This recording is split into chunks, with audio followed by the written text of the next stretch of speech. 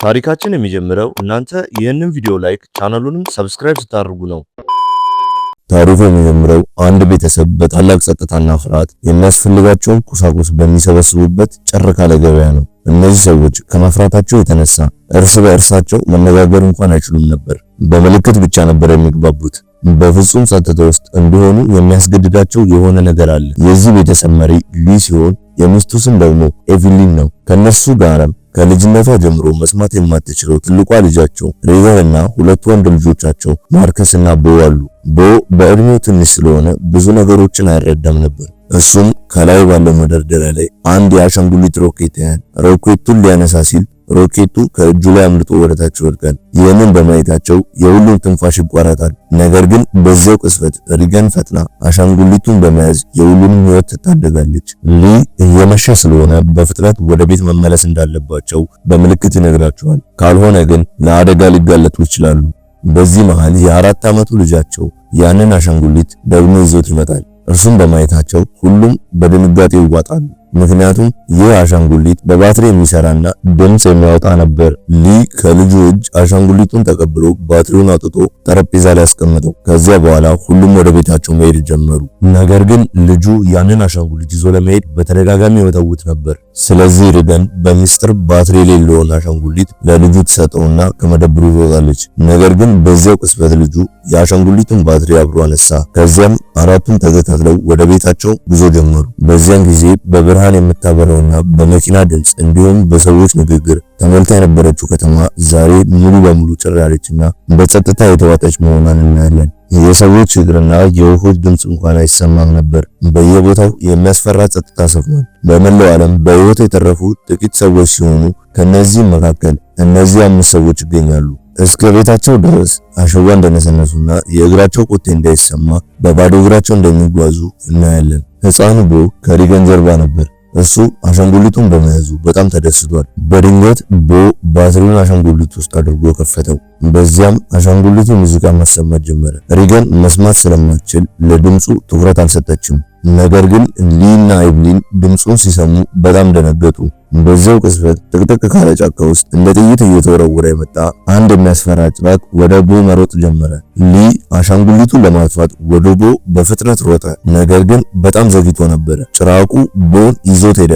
ከዛም ከ1 ዓመት በኋላ ያለውን ትዕይንት እናያለን። ሊና ቤተሰቦቹ በዚህ ሁኔታ ውስጥ መኖር ተላምደዋል። ሊ በቤት ውስጥ አንድ የምርምር ክፍል አዘጋጅቷል። እዚህም ስለ ጭራቆቹ የተሟላ መረጃ ሰብስቧል። ያ የሚያስፈራ ጭራቅ በጣም ዝቅተኛ ድምጽ እንኳን ከብዙ ኪሎ ሜትር ርቀት ላይ መለየት እንደሚችል እንረዳለን። ጥሩ ነገር ጭራቆቹ ሙሉ በሙሉ አይነ ስውር መሆናቸው ነበር።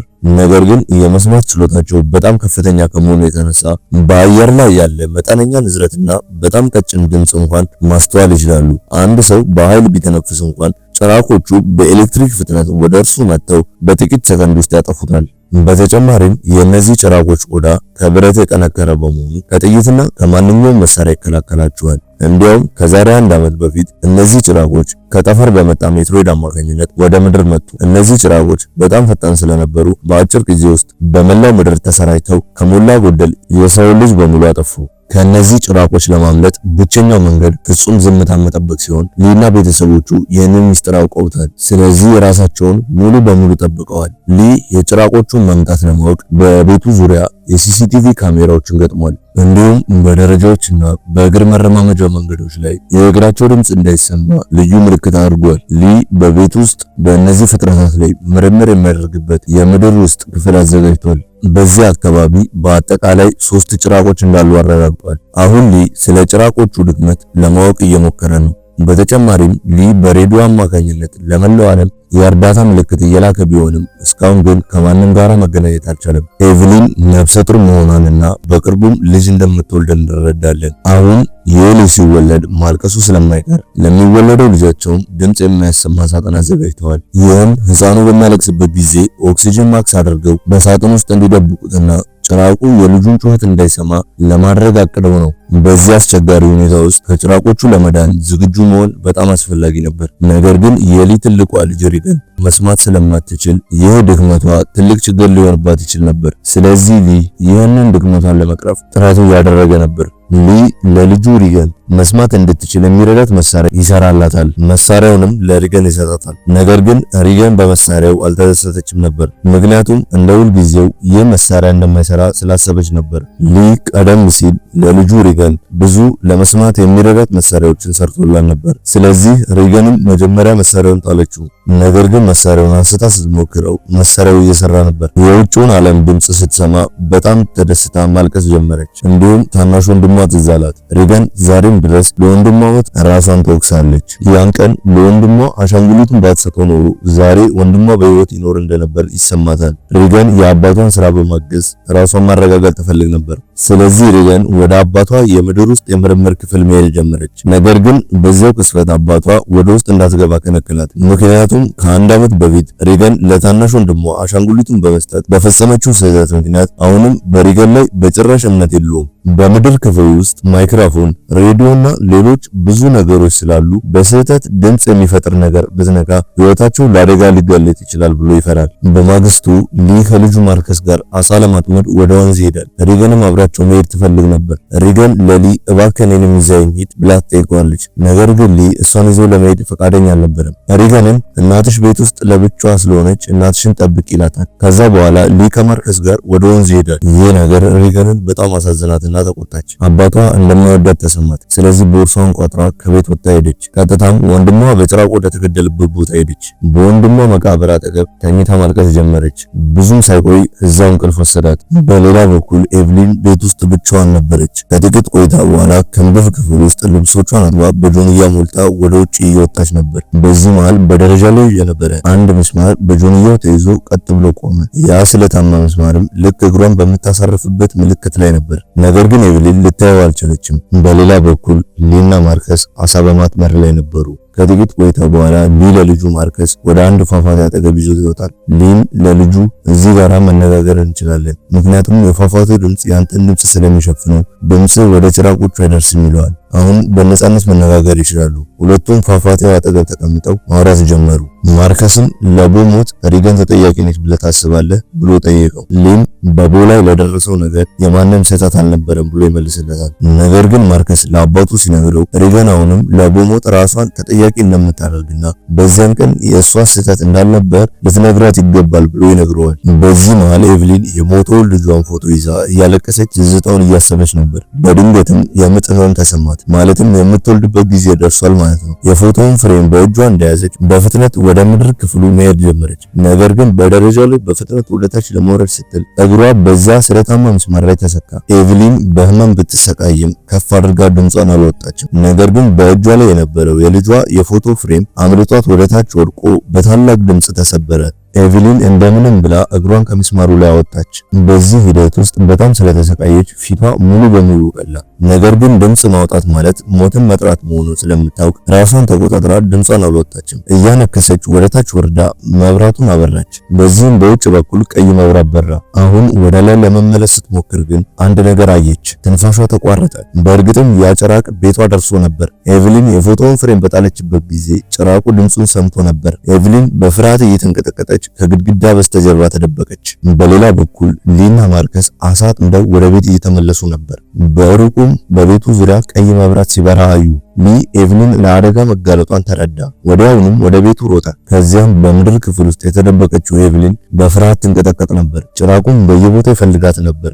በዚህ መሃል ኤቭሊን የምድር ክፍሉን ታይመር አገኘች። ኤቭሊን በብልሃት የታይመሩን ጊዜ ለጥቂት ሰከንዶች አስተካክላ በአንድ ጥግ አስቀመጠችውና በፍጥነት ወደ ሌላ ጥግ ሄዳ ተደበቀች። በዚያን ጊዜ ጭራቁ እዚያ ጋር እንቅስቃሴ መኖሩን ተረድቶ ቀስ በቀስ ወደዚያ ቦታ መሄድ ጀመረ። ለኤቭሊንም በጣም ቅርብ ነበር። በአንድ በኩል የምጥ ህመም፣ በሌላ በኩል ደግሞ የጭራቁ ፍርሃት ነበረባት። ነገር ግን ኤቭሊን ራሷን ሙሉ በሙሉ ተቆጣጥራ ጸጥ ብላ ተቀመጠች።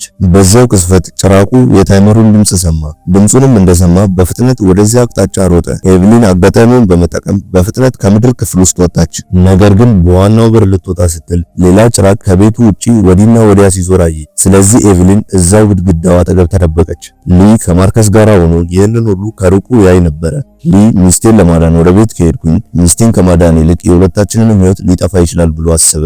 ምክንያቱም የጭራቁ አካል በጣም ጠንካራ ስለሆነ በጥይት መግደል አይቻልም። ስለዚህ አስቀድሞ ባዘጋጀው እቅድ መስራት ጀመረ። ሊ በፍጥነት ለማርከስ ባትሪ ሰጠውና ከቤቱ ራቅ ባለ ቦታ ላይ አስቀድሞ ያዘጋጀውን የርችት ሮኬት እንዲተኩስ ነገረው። ከዚያ በኋላ ማርከስ በፍጥነት ወደ ሮኬቱ ሮጠ።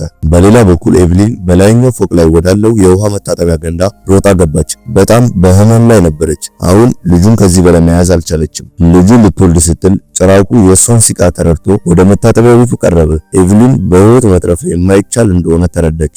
በዛው ቅጽበት ማርከስ ሮኬቶቹን ተኮሰ። በዚህም በሰማይ ላይ በታላቅ ድምፅ ሮኬቶቹ መፈንዳት ጀመሩ። ጭራቁ ድምፁን ሲሰማ ኤቭሊን እዛው ተቷት በፍጥነት ወደ ድምፁ ሮጠ። በዛው ቅጽበት ህመሟን ውጣ የነበረችው ኤቭሊን በታላቅ ድምፅ ጮኸች። ጩኸቷ ግን በሮኬቶቹ ድምፅ ተዋጠ። ሪገንም ከሩቁ የሮኬቶቹን ድምፅና ብርሃን አይታ ወደ ቤት መጣች። ከጥቂት ቆይታ በኋላ ሊ ጠመንጃውን ይዞ ወደ ቤት ገባ። በደረጃው ላይ የደም ምልክቶችን አየ። ምልክቶቹንም ተከትሎ ወደ መታጠቢያ ቤቱ ደረሰ። እዚያ ሲደርስ የመታጠቢያ ቤቱ ገንዳ በደም ተጨማልቆ አየ። ኤቭሊንም የጭራቁ ሰለባ ሆናለች ብሎ አሰበ። እያለቀሰ እዚያው ተቀመጠ። ነገር ግን በድንገት የመታጠቢያ ቤቱ መስታወት ላይ አንድ ሰው እጁን አኖረ። ኤቭሊን በዚህ አስቸጋሪ ሁኔታ ውስጥ ራሷን ተቆጣጥራ ወንድ ልጅ ወልዳ ነበር። ኤቭሊን በህይወት መገኘቷን ሳይ ሊ አይኖቹ በድንጋጤ ፈጠጡ። አሁን የልጁ የጩኸት ድምፅ ሳይሰማ ሊ በፍጥነት ኤቭሊንና ልጁን ይዞ ለልጁ ድምፅ የሚያሰማ ሳጥን ወዳዘጋጀበት የምድር ክፍል ውስጥ ይዟቸው ሄደ። ነገር ግን ወደ ክፍሉ ከመግባታቸው በፊት ልጁ ማልቀስ ጀመረ። ጭራቁም ድምፁን ሰምቶ በፍጥነት ወደ እነሱ መጣ።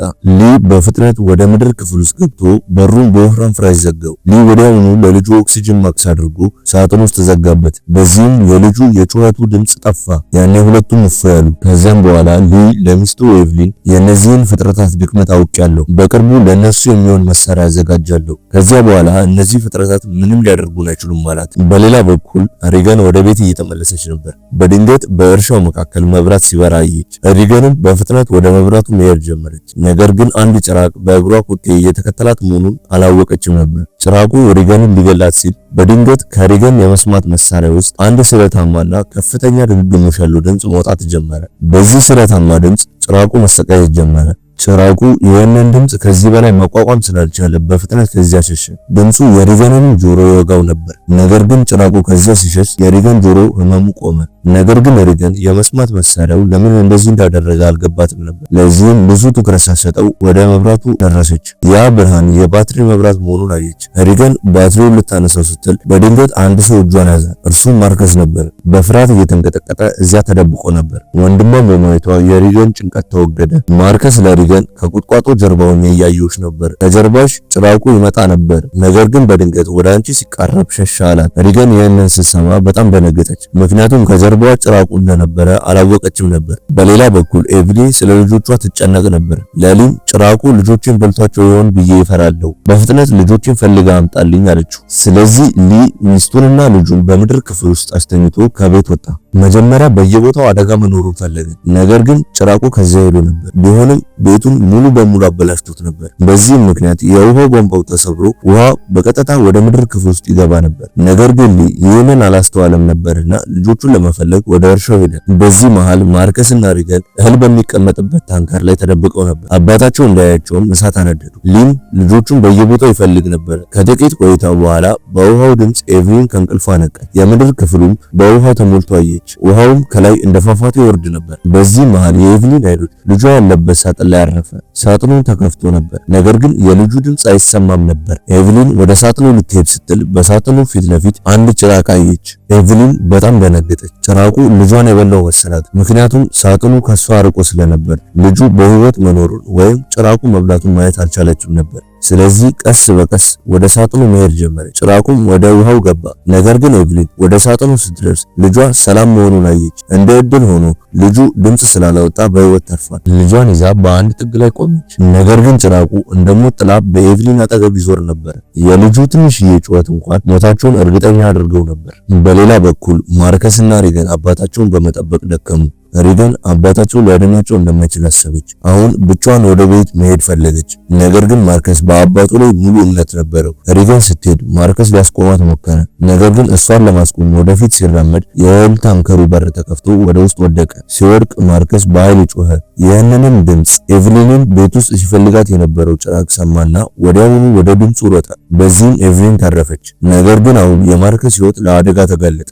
በእህል የተሞላው ታንከር እንደ ረግረግ ነበር። ማርከስ ለመውጣት በሞከረ ቁጥር ይበልጡኑ ወደ ውስጥ ይሰምጥ ነበር። ከዛም ሪገን የታንከሩን በር ሰብራ ወደ እህል ታንከሩ ዘለለች። ማርከስ በእህሉ ውስጥ ሊሰምጥ ሲል ሪገን ይዛው ወጣችና ሁለቱም በር ላይ ተቀመጡ። በዚህም ሕይወታቸው ተረፈ። ነገር ግን እንቅስቃሴያቸውን ጭራቁ ስለሰማ በእርሻው መንገድ በፍጥነት ወደ ታንከሩ መጣ። ሊ ጭራቁ ወደ ታንከሩ ሲሮጥ ሲያይ ሁለቱ ልጆቹ እዚያ መሆናቸውን ተረዳ። ሪገን የማርከስን ሕይወት አተረፈችው። ነገር ግን በዚህ ድምጽ ምክንያት ሞት ወደ እነርሱ እየመጣ ነበር። በዚያው ቅስፈት ጭራቁ ወደ ታንከሩ ዘለለ። ሁለቱም ሊገላቸው ሲል የሪገን የመስማት መሳሪያ እንደገና ያንን ስለታማ ድምጽ አወጣ። ይህ ድምጽ ለጭራቁ በጣም አሳማሚ ነበር። ስለዚህ ሳይገላቸው ከዚያ ሄደ። ሪገንና ማርከስ ለጥቂት ከሞት ተረፉ። ከታንከሩም ወጡ። ውጪ ሊ ልጆቹን ፈልጎ አገኛቸው። ልጆቹ ሰላም በመሆናቸው በጣም ተደሰተ። በዚህ መሃል ኤቭሊን ይህንን ሁሉ በሲሲቲቪ ክፍል ሆና ታይ ነበረ። ሊ አሁንም ጭራቁ እዚያ አካባቢ መሆኑን ተረዳ። ልጆቹን ወዲያውኑ ፊት ለፊት ወዳለው መኪና ላካቸውና ራሱ መጥረቢያ ይዞ አካባቢውን መመልከት ጀመረ። ነገር ግን ጭራቁ ልክ ከእርሱ በላይ ነበር። ሊ ዞር ብሎ ሲያይ ጭራቁ በጥፍሩ መቶ ጣለው። አባታቸው ሲሰቃይ በማየታቸው ማርከስ ጮኸ።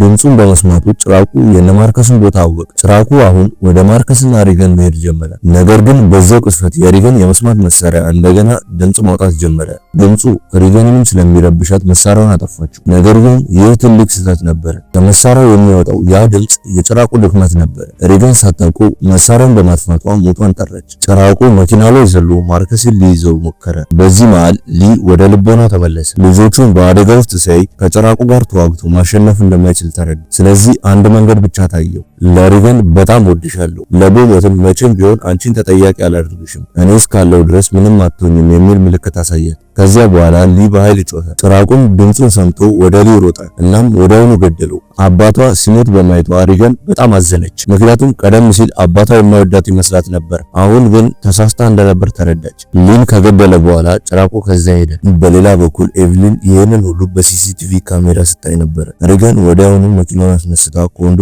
ጋር ወደ ቤት መጣች። ኤቭሊን ልጆቿን በሰላም ስታይ አቀፈቻቸው። በዚያው ቅስፈት ጭራቁ እንደገና ወደ እነሱ ሲመጣ ኤቭሊን አየችው። ከዚያም በፍጥነት ወደ ቤት ገቡ። ከዚያም ማርከስና ሪገን ታናሽ ወንድማቸውን አዩ። ሪገን አባቷ መስማት እንድትችል ምን ያህል ጥረት ሲያደርግ እንደነበር አየች። አሁን አባቷ በጣም ናፈቃት። ከጥቂት ቆይታ በኋላ ጭራቁ ወደ ቤት ገባ። ኤቭሊን ጠመንጃ ይዛ ከፊት ለፊቱ ቆመች። ኤቭሊን ጠመንጃ ቢኖራትም ጥይቱ የጭራቁን ወፍራም ቆዳ ምንም ሊያደርገው እንደማይችል ታውቅ ነበር። ነገር ግን ጭራቁ ሊገላቸው ሲቃረብ በድንገት የሪገን የጆሮ ህመም ጀመረ። በሌላ በኩል ጭራቁ በድንገት መሰቃየት ይጀምራል። ማለትም የሪገን የጆሮ ህመም ሲጀምር ጭራቁ ከዚያ በበለጠ መሰቃየት ይጀምራል።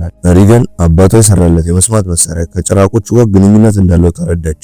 በዚያው ቅስፈት የአባቷ ምርምር ትዝ አላትና ከመሳሪያ የሚወጣው ከፍተኛ ድምጽ የጭራቆቹ ድክመት መሆኑን አወቀች። ጭራቁ ወደ እርሷ በቀረበ ቁጥር ጆሮዋን እንደሚያማትና ጭራቁ እንደሚሸሻት ተረዳች። ጭራቁ ሳይገላት በፊት ሪገን የመስማት መሳሪያውን ድምጹን ይበልጡኑ ጨመረችው። በዚያው ቅስፈት ከወጣው ከፍተኛ ድምጽ የተነሳ ጭራቁ መሰቃየት ጀመረ። ከፍተኛው ድምጽ በጭራቁ አካል ላይ የውጋት ህመም ይፈጥርበት ነበር። የሪገን እናትም ይህ ሁሉ የመስማት መሳሪያ ውጤት መሆኑን ተረዳች።